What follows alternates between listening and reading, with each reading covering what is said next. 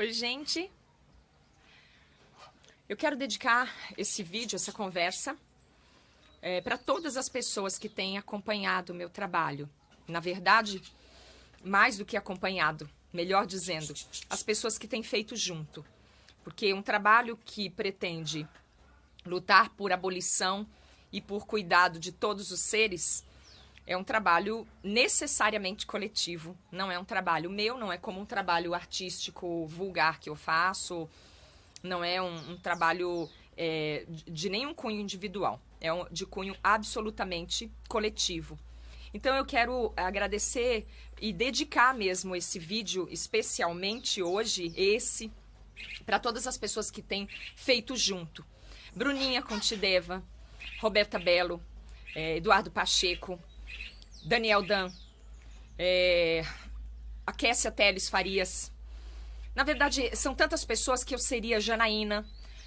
Eu seria injusta se eu tentasse citar todas e deixasse alguém de fora. Mas é que hoje, especialmente, eu queria dedicar a duas pessoas que tiveram uma ação muito importante, focadamente importante para mim desde ontem, que é a Luli e a Rita Andrade. Porque eu tive um dia bem difícil ontem, muito complicado. Na verdade, nós estamos vivendo dias muito complexos. O ser humano é naturalmente oscilante, porque nós temos pensamentos diversos, nós temos sentimentos diversos, e a gente se desencontra muito. Então, quando a gente se desencontra, aí é que começa a rolar realmente as dissonâncias, as oscilações, porque a gente às vezes se sente muito sozinho, começa a ter uma sensação de que nada vai dar em nada, que nada tem possibilidade de... deixa eu só ajustar aqui. A luz estava ruim. Que nada vai dar certo, que nada vai adiantar. E nessas horas eu penso, ainda bem que a gente se desencontra. Porque quando a gente se desencontra também, a gente se encontra de novo. Vamos lá para o eterno retorno de Nietzsche, né? Que fala tanto dessa coisa do que mais cedo ou mais tarde a gente volta a ser o que já foi um dia, de uma forma reconfigurada. E aí a gente pode ir para a física quântica, pode complicar muito, mas a gente também pode simplificar e trazer para o nosso cotidiano. Resumindo, é bom que a gente esteja junto, porque quando um derrapa, e sempre vai derrapar, o outro sobe. O Zezé quer participar, mas ele não pode, porque se ele vier participar, eu não vou conseguir conversar.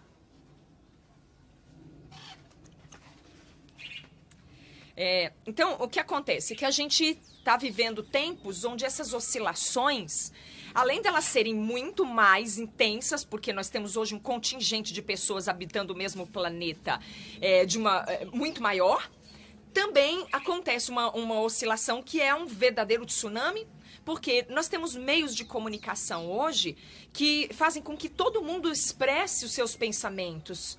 E isso é ótimo, né? Expressar o que sente, expressar o que pensa, eu acho que é excelente. É da natureza da liberdade e eu não posso, em nenhum momento, me posicionar contra aquilo que eu defendo, né? A liberdade é a nossa joia máxima mesmo. O problema é que com essas redes sociais, onde tudo acontece num ritmo vertiginoso, a profundidade com que as pessoas se expressam e se posicionam é quase zero. É muito superficial. Então, o que acontece? É muita emoção, é muita inflamação, e é passional demais, violenta. E isso daí não ajuda, né? Quando a gente começa a se posicionar de uma maneira violenta, de uma maneira, uma comunicação pesada, densa, onde as pessoas entram em disputas, em choques o tempo todo, né? Em colisões. Aí é quando a gente começa a não apenas não produzir, porque a gente começa a ser contraproducente, né? Tudo aquilo para o qual a gente estava se dedicando inicialmente cai por terra porque fica largado do lado, enquanto as pessoas passam a tentar se entender ou a se desentender naturalmente, propositalmente. Como também nós acabamos por criar um vício de comunicação que depois, para desmontar isso e arrumar, fica quase impossível. fica muito difícil.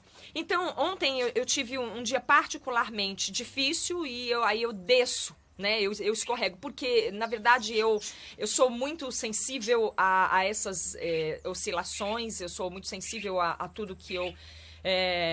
as coisas para as quais eu me dedico e vivo, né? No caso, a libertação, com foco nos animais. É uma causa muito complexa, muito densa, muito difícil. E aí, quando eu começo a perceber as pessoas se digladiando, se matando, eu sinto muita dor. Eu sinto muita, muita dor. Porque todo tempo eu peço, vamos ficar junto. Não vamos deixar perder o foco da nossa defesa, né? Eu não gosto de falar luta, porque luta sempre lembra guerra, mas no fim não tem muito outra palavra para substituir. O nosso vocabulário, ele já está muito parco, né? A gente não dá mais conta de coisas luminosas. O nosso vocabulário não atende mais à luminosidade, à beleza. Ele não dá conta da sutileza, porque ele ficou tão enrijecido, tão endurecido, que a gente tem encontrado dificuldade. Então, se de vez em quando eu mesma tiver que me expressar de uma maneira que não seja tão adequada, me perdoem. Eu estou sempre na busca, né? Ainda mais como escritora, eu tenho essa obrigação e esse compromisso. Mas tem hora que o nosso vocabulário não dá conta, a gente usa as palavras que tem mesmo, que é a que todo mundo compreende e a que todo mundo está usando. Mas tem acontecido isso de uma forma muito corriqueira. Tudo vira guerra, tudo vira briga, briga, acusação, julgamento. Julgamento com veredito, né? Não é um processo de avaliação, porque isso a gente precisa continuar tendo. Não dá pra gente falar, não, agora ninguém me julgue, hein? Agora eu vou matar alguém, não me julguem. Aí agora julgar ficou proibido. Mas não é que julgar ficou proibido, é porque a gente precisa avaliar, a gente precisa ter senso crítico.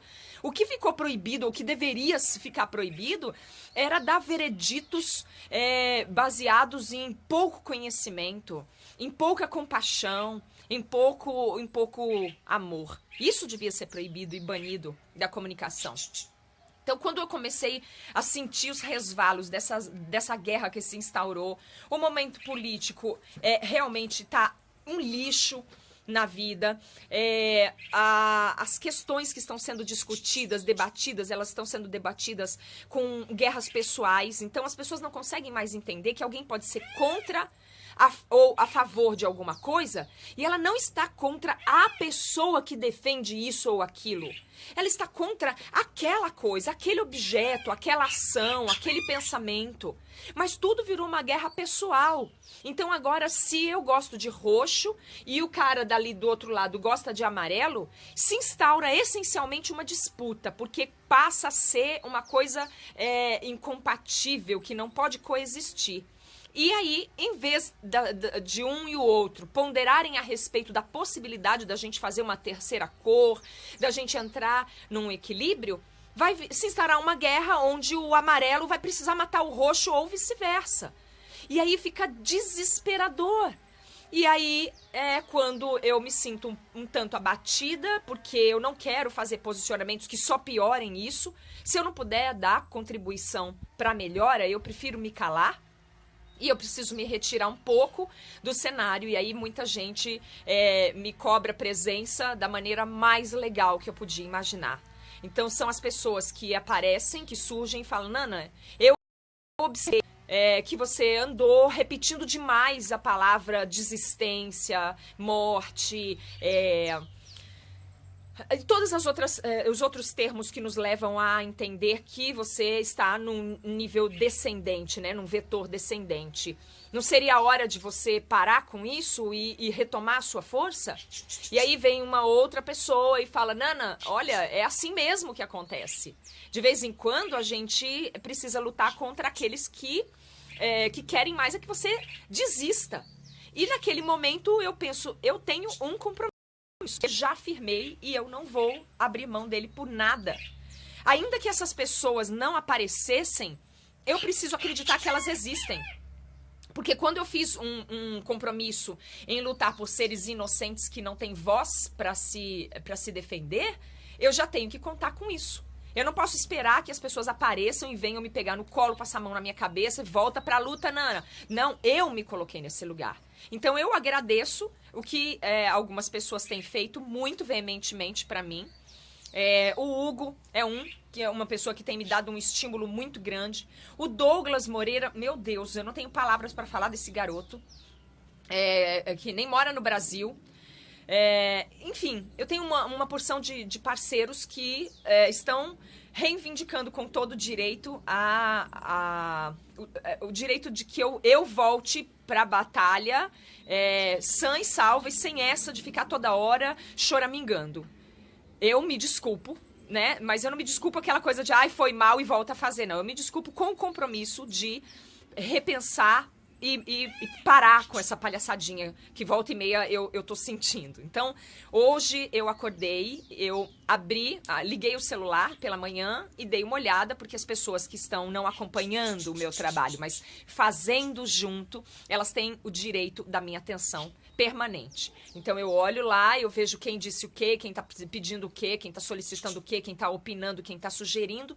E aí eu encontrei alguns recados, na verdade para mais de 10 recados de pessoas esplêndidas me cobrando isso, né?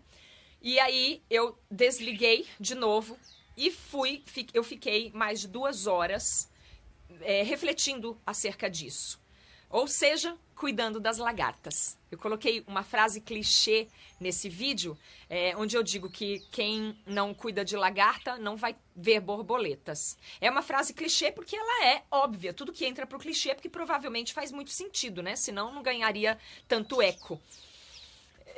Mas eu fui cuidar das borboletas, avaliar como eu tenho agido, como eu tenho me posicionado, como o Vander Lins, uma pessoa também que eu tenho em altíssima conta, me falou uma coisa incrível. Ele falou, olha, quem se propõe a levar bandeira precisa ter a consciência e a responsabilidade de olhar ao redor para ver se quem se propôs a acompanhar está conseguindo acompanhar. Porque se não estiver conseguindo acompanhar, a responsabilidade é minha, é de quem segurou a bandeira. Essa pessoa que está tentando acompanhar, ela merece essa atenção o tempo todo. É olhar para trás, olhar para o ladinho, opa, tá todo mundo aqui, então a gente segue, porque senão eu toco no ritmo e as pessoas ficam perdidas e se sentem abandonadas com toda razão. E aí, então, é por isso que eu queria falar sobre a estratégia que a gente tem que repensar o tempo todo para ver se está sendo acompanhado. A gente tem uma luta em defesa da libertação. No caso, como nós somos abolicionistas, veganos, nós temos um compromisso que atravessa diretamente a libertação animal. Como consequência, os seres humanos vão ser beneficiados, né? Toda a energia de morte, toda a energia de falta de cuidado, toda a energia de raiva, de fúria, ela pode ser enxugada mesmo. Pode ser redirecionada para uma existência mais pacífica. Mas o nosso foco é a causa animal. Essa é a nossa diretriz máxima. O aferimento da nossa bússola chega lá. Então, ele vai passar pela educação dos filhos, ele vai passar pelo convívio social em todos os lugares, passa pela alimentação, passa pela saúde, passa pelo lazer. Nós já percebemos isso. Pensar em libertar animais é uma coisa muito complexa, porque os animais são escravos. Animais hoje são escravos em todos os setores do mundo. Os animais, eles são escravizados para as pessoas se divertirem, para as pessoas se alimentarem, para as pessoas passarem o tempo, para as pessoas se desenvolverem tecnologicamente, cientificamente, e para passar raiva também, tipo, tá com ódio, displicência, vagabundagem, pega um animal e faz qualquer coisa ruim com eles, que costuma funcionar para as pessoas que pensam assim.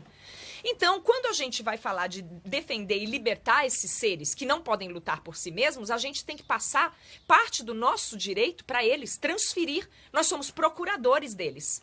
Então, a primeira coisa que eu tenho que fazer, tirar eles do meu prato. Eu não posso defender a libertação dos animais bebendo o sangue deles.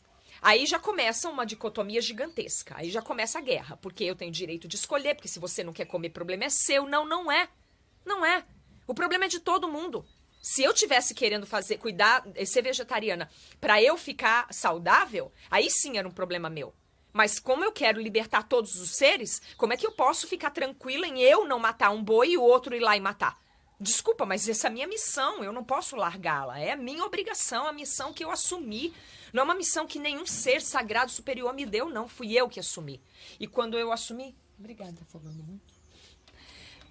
Quando eu assumi, a obrigação passou a ser minha, pessoal e intransferível. Se eu posso juntar amigos, muito melhor. Se eu não posso, eu tenho que ter força de ir sozinha mesmo. Não tem essa de parar o negócio, não. Tipo o Senhor dos Anéis, né? Foi o Frodo que pegou o anel pra levar até onde ele deveria chegar. E não tem essa. Se o Sam vai estar junto, ótimo, melhor ainda. Mas se ele não tiver, ele não tem obrigação de... ele não tem direito de dizer, não, eu vou largar a luta. Eu vou ler um pouquinho quem tá falando um pouquinho.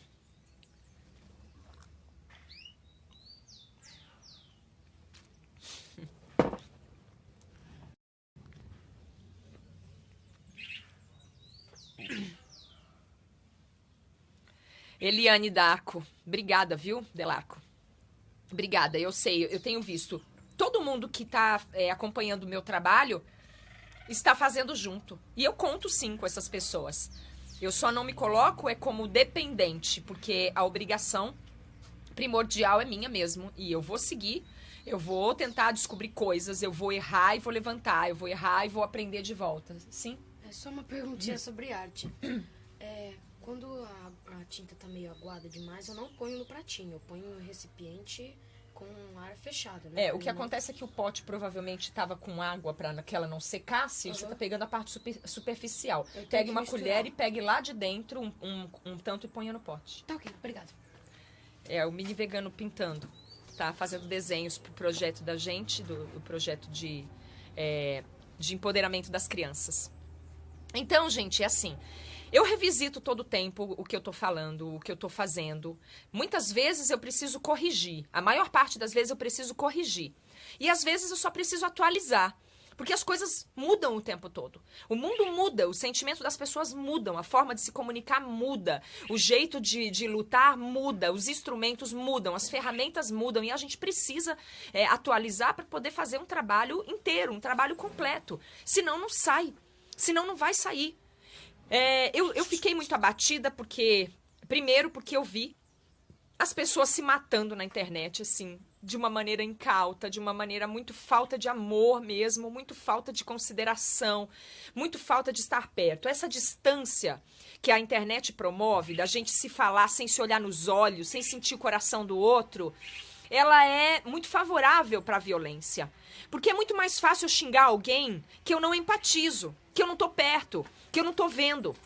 Eu fazia um exercício há algum tempo que era, assim, na adolescência a gente sente muita raiva, né? Porque todas as emoções afloram, a gente fica muito impulsivo. E eu sentia muita raiva também. Então, um dia, eu tinha uma moça que não gostava de mim, ela gritava, me xingava todas as vezes que eu tava no colégio. E eu rezei, assim, uma vez, assim, pro universo, pro céu, e eu falei assim, faça com que aconteça alguma coisa muito boa. Não, eu não falei muito boa. Falei, faça alguma coisa que essa moça não me xingue mais. E que ela vá para algum lugar muito longe mesmo. E ela nunca mais precise sentir raiva de mim para que eu também não sinta raiva dela. Eu tinha 17 anos.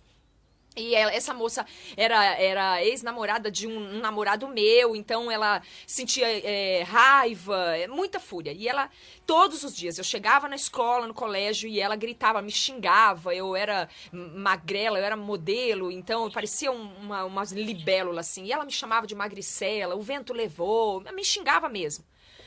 E eu não aguentava mais aquilo, porque aquilo tirava a minha concentração, aquilo me fazia despertar raiva em mim, que é um sentimento que eu nunca gostei de sentir na vida.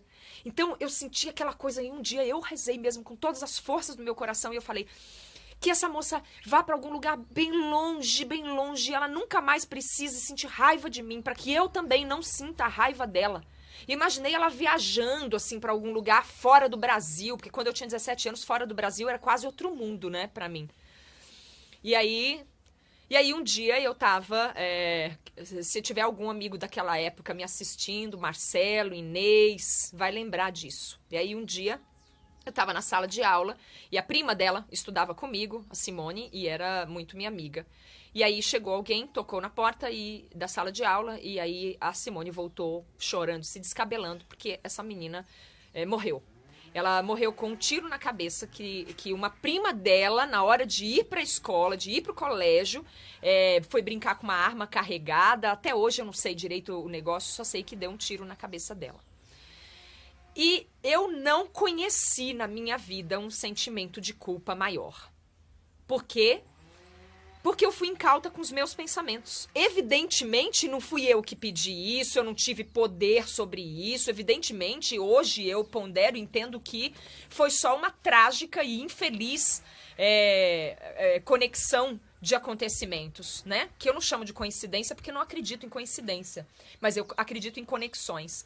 Eu não tive poder para fazer isso, mas a sensação foi tão desgraçada que eu nunca mais me esqueci de ser cuidadosa com os meus pensamentos e de ser cuidadosa com as minhas falas. Na mesma semana, o meu irmão, César, que é temporão, nasceu. Ele nasceu na Santa Casa, que era do lado do velório onde a moça estava sendo velada. E eu queria botar o nome do meu irmão de Caio Henrique, o meu pai quis colocar César. E aí, quando eu olho no jornal, o sobrenome dessa moça era César. E foi pra mim uma coisa assim que ligou tantos pontos na minha cabeça, tão desesperadores, em torno de uma coisa horrível, porque a moça tinha 18 anos. E eu, 17, 18 anos também. Aquilo foi uma coisa tão perigosa pra se acontecer, que a única coisa que eu podia fazer era olhar para aquilo sem ser irresponsável. Eu nunca mais quis fugir dos sentimentos de dor que a consciência nos provoca. Porque eu entendi que os pensamentos conscientes, a ação consciente, ela é a única chance que a gente tem de corrigir os nossos pensamentos e as nossas ações errôneas. Só temos essa chance. E eu jamais vou deixar de manter a minha consciência o tempo todo alerta e tentando promover o que é o equilíbrio dos pensamentos, o equilíbrio das ações. Não é possível que alguém seja tão errado em tudo que faz. Todo mundo tem alguma razão, mesmo que seja uma razão que está lá atrás, sufocada, soterrada pelas desrazões, pelas faltas de razão. Também não é possível que o outro esteja tão perfeitamente certo e vivendo num mundo cheio de sofrimento. A gente não está nem tão certo e nem tão errado. A gente está cheio de equívocos misturados a acertos e bondades. Então a minha mente, ela passou a ser uma mente que luta por estar acordada, por estar consciente o tempo todo. E revisitar os meus erros virou uma constante na minha vida. Por isso que eu fico tão triste quando eu vejo que as pessoas são implacáveis com o erro. Porque todo mundo vai errar. Eu não vejo nenhuma possibilidade da gente acertar em tudo que faz. E quanto mais a gente se expõe, mais difícil é de acertar. Quanto mais a gente se coloca numa posição de defender alguma coisa, uma mudança, uma transformação, mais chances a gente tem de errar, porque a gente faz mais. Quem faz mais, erra mais. Que a gente tem tudo na gente. Então a luta abolicionista, a luta em defesa dessa revolução ética e moral, ela é uma luta complexa e ela vai passar por muitas oscilações, sim. A gente vai ficar escorregando, caindo, levantando, escorregando, caindo, levantando N vezes. E aí, como eu me abato de ver determinadas coisas que são as propositais, eu preciso ficar o tempo todo consciente de que eu preciso mexer nisso, consciente de tentar acertar mais para compensar o erro. Nunca houve tanta chance da gente mudar esse cenário. O que há de novo? Claro que eu fico abatida quando eu vejo uma figura de um porco sendo trucidado, apaulada, propositalmente, com ódio, com fúria. Claro que eu fico abatidíssima. Mas isso sempre aconteceu. A novidade não é esta. A novidade hoje é a possibilidade que nós temos de mudar isso. Outra coisa que é novidade negativa é o quanto algumas pessoas fazem isso hoje com consciência. Mesmo tendo a chance de mudar, elas continuam fazendo com consciência. Porque talvez, num passado remoto, as pessoas fizessem isso sem parar para pensar. E hoje tem quem faça isso mesmo pensando. Mas se a gente for olhar, uma das maiores dificuldades que nós, veganos, abolicionistas, enfrentamos é o quanto as pessoas não querem admitir que elas não apenas participam disso, desse holocausto animal, como elas também reforçam isso. Elas não querem admitir. A gente não pega muitas pessoas que falam assim, é verdade, eu quero mesmo que os animais morram, se ferrem, que os animais se danem, eu não tô nem aí para nenhum deles. Eles não querem admitir isso. Todas as pessoas que em contato com a gente, elas entram tentando dizer que nós estamos errados, que não vai ser possível, que não vai dar, que não é assim, que não é bem assim, que no fundo elas só querem se alimentar, que é necessário, que nós nascemos para isso, que algum Deus psicopata criou os animais para isso, que tá na Bíblia, que Jesus comia carne, que as alfaces também sentem dor, que a cenoura e a vaca são a mesma coisa, que eles amam os animais, que eles até cuidam de gato e cachorro, que o filho tem um gatinho, que eles colaboram com uma ONG. Todo mundo quer dizer isso.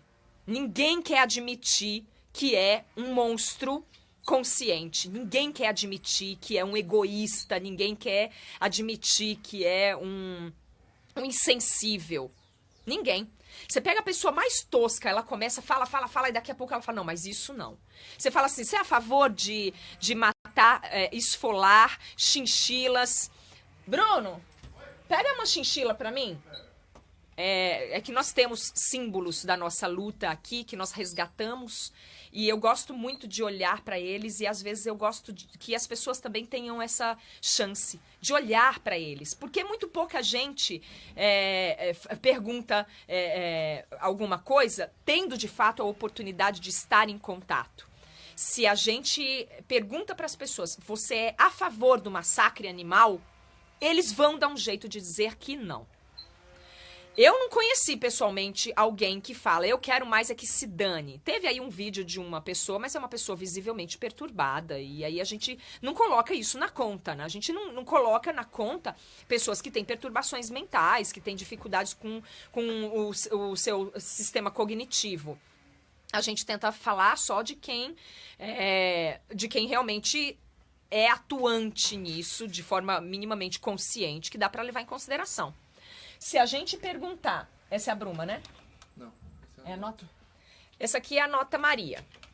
A Nota Maria é uma chinchila que foi resgatada porque ela ia ser esfolada viva e virar casaco.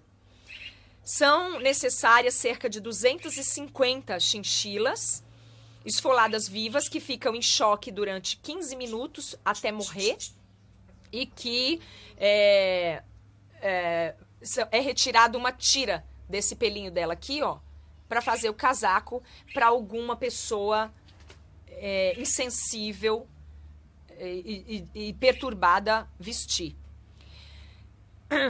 Se a gente pegar esse animalzinho e falar assim, minha senhora, a senhora que gosta de casaco de pele, a senhora esfola esse animal aqui, esfola ela viva, arranca o couro dela viva e costure o seu próprio casaco. Essa pessoa dificilmente vai querer. Mas é só ter algum criminoso capaz de fazer isso, algum monstro psicopata capaz de fazer isso, e se não tiver na cara dela, ela usa o casaco. E aí nós é que somos os violentos. Sou eu que sou uma louca, perturbada, uma idiota, uma ridícula, uma cretina. Porque eu salvei esse animalzinho que vivia lá no Chile, né? Que tem os seus ancestrais. Essa não, porque certamente foi nascida em gaiola. Num lugar frio, foi trazida para um país tropical para para viver calor. Eu tenho que cuidar dela o tempo todo, assim, quando eu não posso ligar ar-condicionado, eu congelo várias garrafas de água, aí eu coloco num saquinho plástico, aí eu amarro num paninho e coloco na gaiolinha dela para ela ficar geladinha. Ela não tem direito de correr pelo mundo livre, porque se eu soltar ela vai virar comida de gato ou de gavião.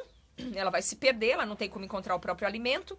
Então eu deixo ela solta dentro de casa e, sob minha supervisão, eu coloco ela um pouco no gramado de vez em quando tá frio, porque ela não pode ir com calor.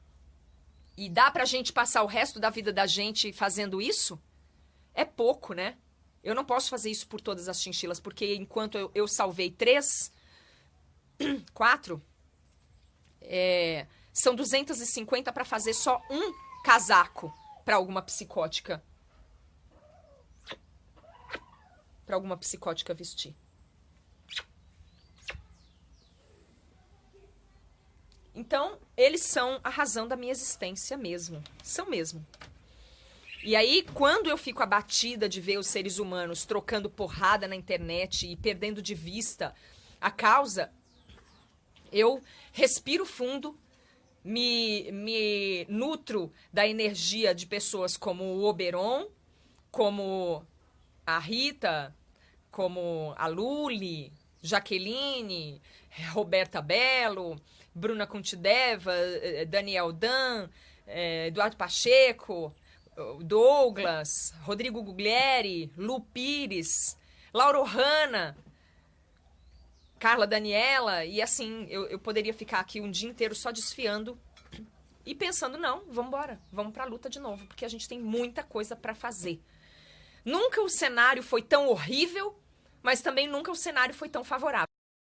Nunca antes a gente teve a chance de cuidar de todos os seres como a gente está tendo agora. Hoje a gente tem voz, as crianças têm voz e nós estamos fortalecendo a voz das crianças.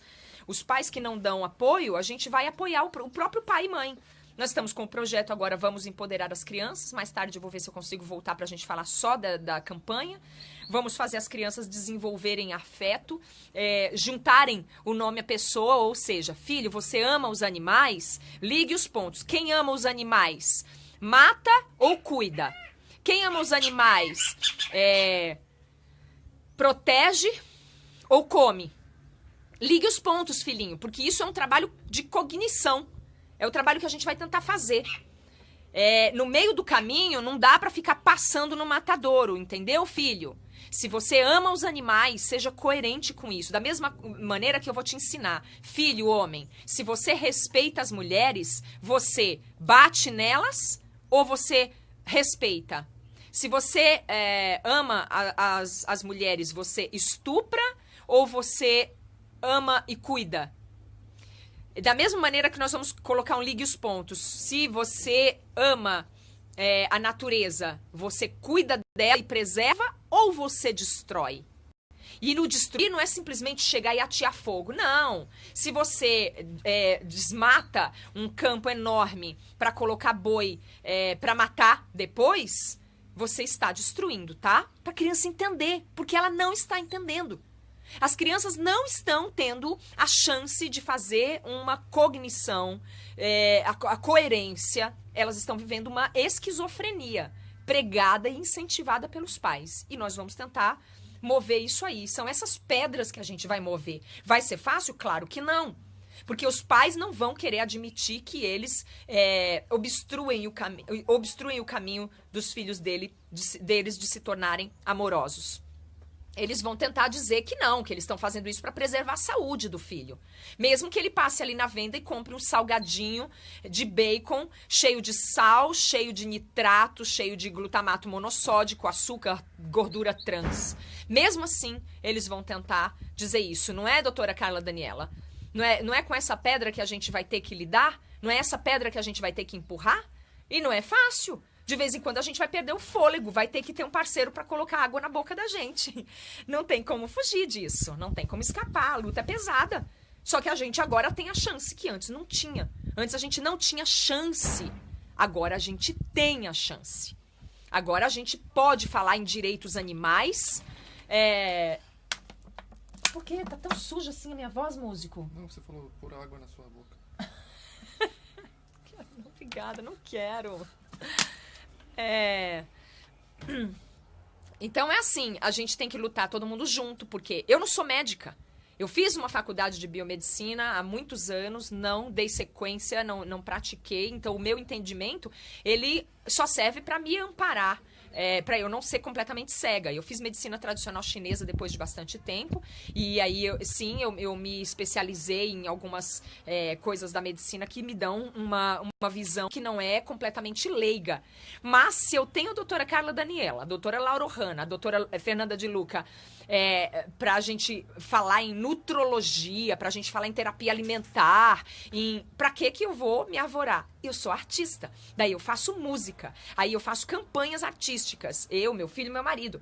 E aí as doutoras me ajudam e a gente vai reunir profissionais de todos os lugares que entendem que os animais têm direito à vida, liberdade, integridade, dignidade, que a natureza precisa de respeito e de cuidado e que tem como tirar todos esses equívocos, e a gente bota todo mundo junto para fazer essa campanha. Então, mais tarde eu vou ver se eu volto para falar exclusivamente a respeito da campanha de empoderamento das crianças e de amparo e orientação dos pais. Esse é um assunto muito amplo e peculiar e a gente vai ter que falar dele muito, então eu vou deixar para lá. Nesse vídeo eu só quero deixar bem claro que a gente vai oscilar. Ontem eu tive mesmo um dia muito difícil por ver o quanto as pessoas estão com muita dificuldade de se comunicar na paz, que a comunicação tem sido muito violenta, mesmo que os lados que divirjam, eles estejam repletos de boas razões, e estão, porque eu fui olhar tudo e eu consegui ver, eu consegui enxergar isso, que não tem todo mundo tem um discurso bem importante, bem eloquente, cheio de razões. Mas a maneira como essas razões estão entrando em contato é uma verdadeira colisão, é um caos sem precedentes na história da humanidade. Agora é gente de todos os lados atirando pedras sem cuidado com o outro, sem amor, e desse jeito a luta segue. Segue, porque esse é o movimento do universo. De qualquer forma, isso vai seguir. A luta por abolição, ela não vai parar, nem se eu morrer, nem se o Gary Francione morrer, ninguém, ela não vai parar. Mas ela vai oscilar muito e patinar muito se a gente não tiver as forças coesas e falando minimamente com um pouco de respeito, né? Desse jeito, ela demora mais. Dessa maneira, a luta demora muito mais, porque a gente perde muito tempo enquanto a gente tenta se entender e não consegue encontrar soluções. As pessoas que ficam dizendo, não vai dar, olha, eu respeito a sua causa, mas não vai dar. Todas, umas falam que é porque não querem deixar de comer, outras falam que não querem deixar de fumar, outras falam que não querem deixar de usar produto não sei como, todas as pessoas que dizem que não vai dar, é porque elas mesmas não estão dispostas a fazer. Porque todas as vezes que a gente faz na própria vida, aplica na própria vida, a gente percebe que dá para fazer sim. Eduardo Coraça, por exemplo, que tem lá um trabalho fabuloso que resgata a nossa essência biológica, que resgata toda a nossa ancestralidade para uma alimentação saudável, crudívora, frugívora, por exemplo, ele aplica na própria vida. E aí quando as pessoas vêm, chega para ele e fala assim, não dá, hein? Mas não dá para viver assim. Ele mostra um corpo saudável, ativo, uma mente extremamente lúcida, inteligente, articulada. E ele vai falar, você vai dizer para mim que não dá, meu amigo? Eu estou fazendo, eu não sou de mentira. É a mesma coisa que eu vou tentar fazer o tempo todo na nossa luta. Eu sou mãe de uma família vegana, ativista, que transformou a própria casa num mini santuário animal, que coloca a própria profissão e a própria vida à disposição da defesa da libertação. Como é que alguém vai chegar para mim e dizer que isso não é possível? Ela pode dizer que, para mim, tem alguns agentes facilitadores e que ela não tem. Se é mais difícil para ela ou se eu posso compartilhar. Aí eu vou dizer, eu posso compartilhar todas as minhas facilidades que estiverem ao meu alcance. Mas a minha mente fui eu que forjei. Não tem milagre, não tem nenhuma luz espetacular. A minha mente é só a minha mente, é só uma mente que se põe disposta o tempo todo a se melhorar, a buscar novas soluções. Mesmo quando eu derrapo, como derrapei ontem e fiquei super para baixo e dependi da força dos parceiros que estão fazendo o trabalho junto. E aí, como prova de que todo mundo está fazendo junto, é que quando a gente cai, o outro vem, dá uma puxadinha e fala, levanta a bunda daí, que desse jeito você não vai chegar em lugar algum. Então é isso. Muito obrigada por todo mundo estar participando. Vamos para frente. A gente ainda tem muita coisa para fazer. A gente só botou o pezinho no caminho. Se manter nele é a parte mais difícil, mais complexa e é o que realmente edifica, porque a gente tenta procurar um equilíbrio da constância. Só para não esquecer, nessas horas que eu dediquei à meditação hoje cedo, eu fui regar as plantas e cuidar da casa, do quintal, e eu fiquei observando, assim, tudo está em constante movimento. Se a gente não cuida, morre. É assim com tudo. Se a gente não cuida, tinha uma planta ali, uma Amaryllis que eu tinha plantado, que eu ganhei há muito tempo, e ela estava tão grande que a última vez que eu reguei e cuidei, eu falei, nossa, essa folha tá tão grande que ela não se sustenta mais em pé, ela tá caindo. E aí hoje eu fui ver e ela estava morta. E aí eu disse, é isso. Se a gente não cuida, morre mesmo. Morre tudo, morre relação, morre gente, morre bicho, morre planta, morre tudo. Depois eles nascem de novo, porque o mundo é feito assim, a natureza é assim. Mas primeiro morre. Primeiro morre. E a gente precisa cuidar para não morrer. E não ficar nessa coisa de brincar de morto-vivo, como a gente fazia nas brincadeiras de infância. A gente precisa encontrar mais constância na nossa luta. Parar de ficar bipolando. Toda hora a gente bipola. Toda hora tá para cima, tá para baixo. Vamos tentar diminuir essas oscilações para encontrar um equilíbrio. Tamo junto. E hoje à tarde vamos ver se a gente consegue se reunir para falar sobre a campanha de empoderamento das crianças e orientação dos pais. A luta animal é uma luta muito sagrada, muito complexa, muito ampla, que atravessa todos os setores da vida humana e a gente vai ter que ir para a luta com essa consciência, sabendo que é assim. Obrigada, gente. Muito legal conversar com vocês, sempre. Obrigada.